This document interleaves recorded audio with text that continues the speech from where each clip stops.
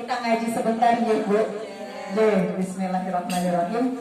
Assalamualaikum warahmatullahi wabarakatuh. Waalaikumsalam warahmatullahi wabarakatuh. Alhamdulillahirabbil alamin. Assalatu wassalamu ala asrofil anbiya'i wal mursalin wa ala alihi wa sahbihi ajma'in. Asyhadu an la ilaha illallah wa asyhadu anna Muhammadar Rasulullah.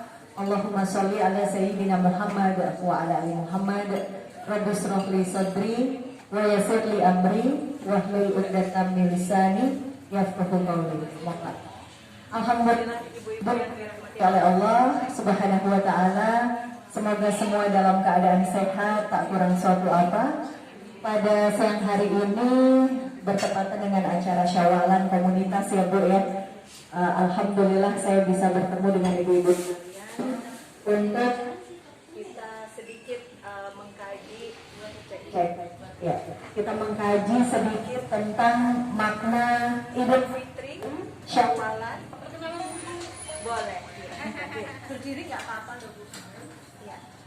Ini kayaknya Putus-putus ya guys? iya, kayaknya putus-putus. Mungkin kalau agak putus-putus apa enak kan mic ya. Nah ini udah bisa. Alhamdulillah.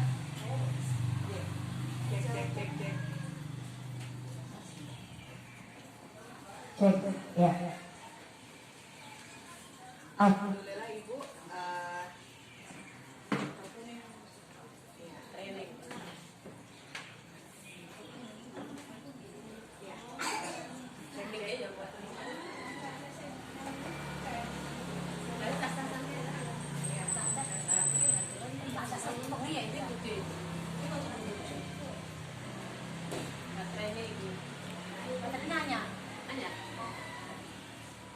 Neng adepe iku lho. Ya, boten menapa ya Bu. Sepertinya cukup bisa didengar ya. Bisa. Neng rada ngoyo. Nah, kadang-kadang muncul ya. Nah, cek. Kadang-kadang muncul, kadang-kadang enggak. Jek, boten menapa ya Bu. Ya, alhamdulillah saya dihubungi oleh Bu Ambar untuk mengisi kajian singkat di siang hari ini ya Bu ya. Jek, boten menapa Ibu. Insyaallah. Insyaallah bisa. Mendengar semua. Ya, karena alhamdulillah kita sudah melalui bulan Ramadan dan juga Idul Fitri. Ini adalah rezeki yang luar biasa dari Allah Subhanahu wa taala. Kenapa? Karena banyak di antara kita umat manusia itu yang usianya itu nggak sampai untuk melewati Ramadan dan Idul Fitri. Maka dari itu kita sudah melalui pandemi. Alhamdulillah sekarang insya Allah berangsur-angsur pulih. Ini harus kita amat syukuri. Maka nikmat yang luar biasa yang harus senantiasa kita mohonkan ya, selalu memuji kepada Allah Subhanahu wa taala, itu adalah nikmat sempat, nikmat waktu, nikmat iman dan nikmat Islam. Nikmat waktu karena dengan waktu kita bisa beramal soleh. Karena nanti pada saat kita sudah wafat, sudah tidak bisa lagi kita meminta kepada Allah, ya Allah bangunkan aku ingin sholat, aku ingin puasa, aku ingin bermaaf-maafan, bersilaturahmi. Itu tentu saja sudah tidak sempat. Nikmat iman, karena dengan iman hari ini kita masih berkumpul, kemudian ada yang ingat, kenapa sih kok nggak diadakan kajian? Masya Allah, ini idenya luar biasa Bu. Karena banyak sekali orang-orang itu yang tidak sadar bahwa kain kafannya itu sedang ditenun, begitu. Karena kan waktu usia terus bertambah dan kita tidak pernah tahu kapan malaikat maut akan menjemput. Salah satu contoh pada saat Lebaran kemarin, itu saya bertemu dengan keluarga besar, kebetulan kampung suami itu di Pekalongan. Beliau punya kakak yang pada saat kita berjumpa di hari Syawalan itu sehat walafiat. Sehat, segar, usianya 63 pada saat itu. Kemarin Jumat yang lalu, pas 1 minggu setelahnya, di hari Jumat pagi, gak enak badan, masuk rumah sakit, kemudian di ICU sebentar, agak kejang, iki ketoke aku wis naza. Naza itu kalau di dalam bahasa Pekalongan itu sepertinya aku akan sakaratul maut. Beliau mengatakan seperti itu. Tidak seberapa lama, tidak sadarkan diri, ya sudah. Di PCA sudah tidak bisa, ya sudah. Ya, kemudian biasanya manusia akan bertanya, kenapa meninggalnya, kenapa serangan jantung, kanker, paru-paru, itu sebetulnya hanya wasilah. Tetapi kematian itu pasti adanya. Nikmat Islam. Yang ketiga, kenapa Islam? Karena Allah turunkan Islam dengan Al-Quran dan Sunnah itu sebagai panduan kehidupan. Seperti buku resep, kalau kita mau masak rawon, masak rendang, kalau kepengen nggak enak, nggak pengen gagal, biasanya kita buka buku resepnya dulu. Bagaimana dengan menjalani kehidupan? Ternyata Allah Subhanahu wa Ta'ala sudah menurunkan Al-Quran sebagai panduan kehidupan. Dari bangun tidur sampai tidur lagi, agar nanti kita wafat husnul khotimah. Karena kan dunia ini sementara ya, tadi sudah dibuktikan. Sudah dibuktikan juga dengan masa pandemi, setiap hari innalillahi wa inna ilaihi roji'un, itu hampir setiap hari, Bu. Saya tinggal di studio di Ningratan, sambil memperkenalkan diri ya Bu ya, nama saya Anissa. Alhamdulillah sebelumnya itu saya sebetulnya aktifnya itu sebagai penyiar justru. Dulu penyiar, kemudian saya taubatan nasuha kira-kira tahun 2015 itu saya taubat kembali kepada Allah karena memang Allah memberikan ujian yang bertubi-tubi dalam kehidupan saya yang membuat saya itu deprok ya. Saya berada di titik nol yang membuat sebetulnya hidup saya ini dari mana, untuk apa, dan akan kemana. Dulu saya seseorang yang ya mungkin karena Allah juga berikan ujian ya. Kemampuan itu ujian loh Bu. Ya, ujian. Dia sifatnya netral. Membuat kita mengejar dunia ya. Jadi saya siaran di salah satu televisi di Jogja, lalu kemudian pindah ke Jakarta. Di Jakarta itu saya ngemsi-nya itu nggak cuma bahasa Indonesia, bahasa Jawa, bahasa Inggris. Ngemsi seminar bahasa Inggris itu sekali ngemsi bisa 10 juta. Ya, tetapi kemudian itu kadang membuat manusia lupa, lalai. Dia merasa dia akan hidup selama-lamanya, padahal kain kafannya sedang dipenuh. Di dalam surat Al-Mulk ayat 2 Allah Subhanahu wa Ta'ala berfirman, wa ma khalaqtul jinna wal insa illa liya'budun. Az-Zariyat 56. Alladzi khalaqal mauta wal hayata liyabluwakum ayyukum ahsanu amalan. Kata Allah, aku ciptakan jin dan manusia untuk beribadah kepadaku. Alladzi khalaqal maut, aku menciptakan kematian dan kehidupan untuk menguji manusia siapa di antara mereka yang lebih baik amalnya. Di situ saya seperti berada di titik nol Bu, pada saat ujian bertubi-tubi di tahun 2015 itu, yang membuat saya bertanya kembali, Anissa, siapa yang menciptakan kamu? Untuk apa kamu dihidupkan di dunia dan akan kemana kamu nantinya? Jangan berpikir kamu akan hidup selama-lamanya. Kalau ada masalah Bu dalam hidup, itu kan biasanya perasaannya kok arep mati. Itulah, justru itu yang membuat saya sadar, lah kok nggak mati-mati, berarti hidup ini untuk apa Allah hidupkan saya? Di situ Bu malah grombol.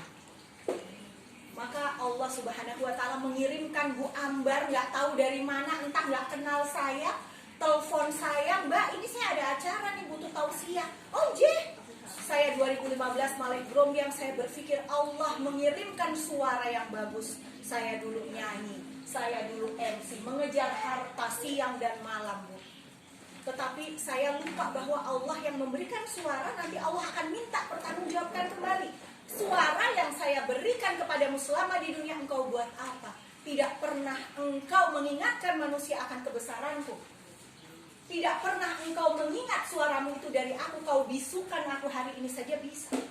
Dan banyak kejadian Bu, ada teman kecelakaan, punya kaki nggak punya kaki. Teman kecelakaan ini itu dari yang ada menjadi tiada. Mudah bagi Allah untuk mengambil semua yang Ia berikan kepada kita. Maka dari pengalaman sederhana ini biasanya kalau baru pertemuan pertama kali sama saya selalu masuknya lewat pengalaman Bu. Kenapa? Karena orang itu biasanya kalau teori saja tidak masuk, gitu loh. Anda melakukan tidak, tapi saya alhamdulillah melakukan proses hijrah itu. Maka hijrah itulah yang membuat saya kembali mempelajari Islam. Walaupun dulu ya sekolahnya di sekolah Islam, tetapi ya kadang-kadang ya Bu, namanya anak muda, nakal, bandel ya. Mungkin Ibu punya putra-putri wes tak sekolah Islam benar-benar kadang itulah. Kadang perang pemikiran itu memang ada di masa sekarang. Jadi kita kepingin solih-solihat, tapi kadang-kadang pengaruh dari lingkungan. Dan itu pun saya alami. Maka alhamdulillah atas takdir Allah juga tentu saja Allah mempertemukan kita di waktu yang berbahagia ini, insya Allah untuk saling mengingatkan. Karena bumi tempat kita pijak, langit tempat kita junjung nanti akan bersaksi di akhirat kelak. Ya. Bahkan di dalam Al-Quran itu diingatkan oleh Allah, sahabat-sahabat yang pada saat di dunianya itu mereka saling bersahabat karib, di akhirat mereka akan saling bermusuh-musuhan karena tidak saling mengingatkan kepada Allah Subhanahu wa Ta'ala.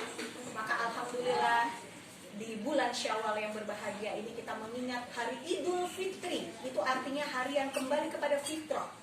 Kembali kepada fitrah itu belum tentu kita dienolkan, tergantung. Kalau selama bulan Ramadan ibadah kita baik, insya Allah Allah mengampuni segala dosa-dosa kita. Kalau belum, nah ini kesempatan kita harus continue, harus istiqomah. Maka ibadah yang sudah kita lakukan di bulan Ramadan ini seharusnya membawa kita kembali kepada fitrah. Maknanya itu adalah kita mengingat kembali dari mana kita, untuk apa kita diciptakan di dunia, dan akan kemanakah kita nantinya. Itulah makna kembali kepada fitrah.